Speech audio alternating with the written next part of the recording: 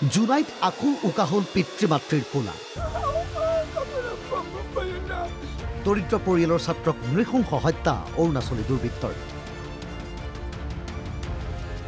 যুৱক এইজন নাম প্ৰভাস দলে জুনাইৰ মিছামৰা গাঁৱৰ এটি দৰিদ্ৰ পৰিয়ালৰ একমাত্ৰ সন্তান আছিল প্ৰভাস দলে এইবেলি স্নাতক চূড়ান্ত বৰ্ষৰ পৰীক্ষা দিছিল প্ৰভাসে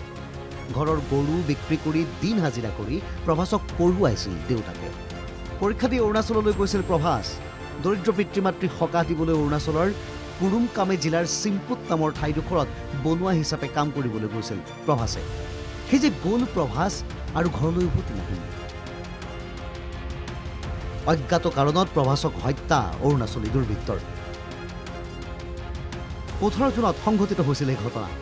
দুৰ্বৃত্তৰ দলটোৱে দাৰে ঘপিয়াই নৃশংসভাৱে হত্যা কৰে প্ৰভাস দলে এই ঘটনাৰ পাছতে শোকত ভাগি পৰিছে প্ৰভাসৰ পিতৃ মাতৃ ঘৰখনত হাহাকাৰ পৰিৱেশ য'ত মই আজিৰা কৰি মেলি মই 5 বছৰ তাক পৰিকল্পনা গৰু বেচিলো বহুত টকা পইচাও গুচি গ'ল 5 বছৰত যেনে তেনে পাই তাকে মই মানে মুখ জিন্দা হ'ব বুলি মই আশা কৰি পোৱাইছিলো কিন্তু ই মানে ক'ত এনেকে গুচি গৈ পিনি তাক মই পঠিয়াও নাছিলে আজিৰা কৰিবলৈ ইও বেচেৰা সহ্য কৰিব নোৱাৰাত বাপেকক এৰি পিনি আজিৰা কৰিবলৈ গুচি গ'ল মই কৈছিলো বাবা তুমি নাযাবি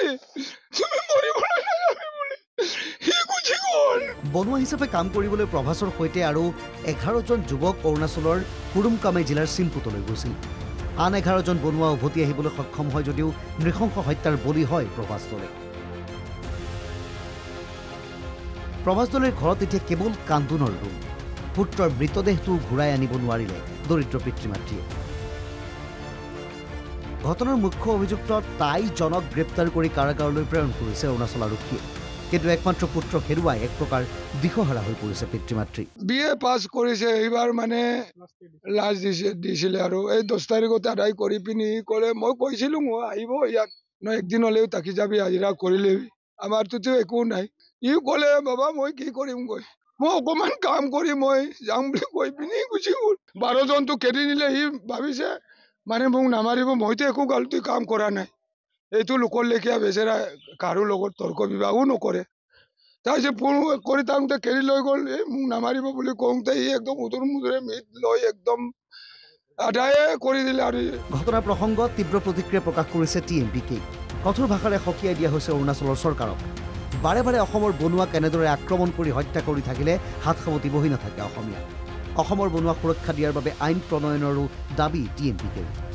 অৰুণাচল চৰকাৰে উচিত পদক্ষেপ নল'লে গণতান্ত্ৰিক আন্দোলনৰ হুংকাৰ সংগঠনটোৰ সভাপতি তিলক দলেৰ তাৰ উচিত ন্যায় আমাক লাগিব আৰু আমি আমাৰো নিজৰ চৰ্জৰ পৰা আমি তাৰ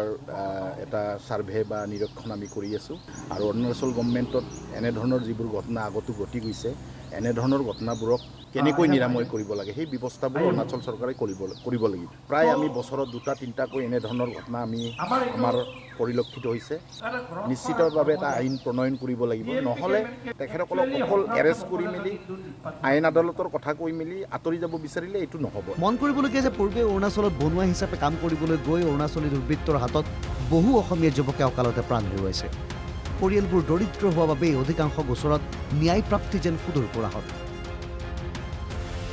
তথাপি জুনাইৰ মিছামৰা গাঁৱৰ প্ৰভাসৰ দেউতাকৰ আহ্বান হত্যাকাৰীক ফাঁচি দিয়ক আদালতে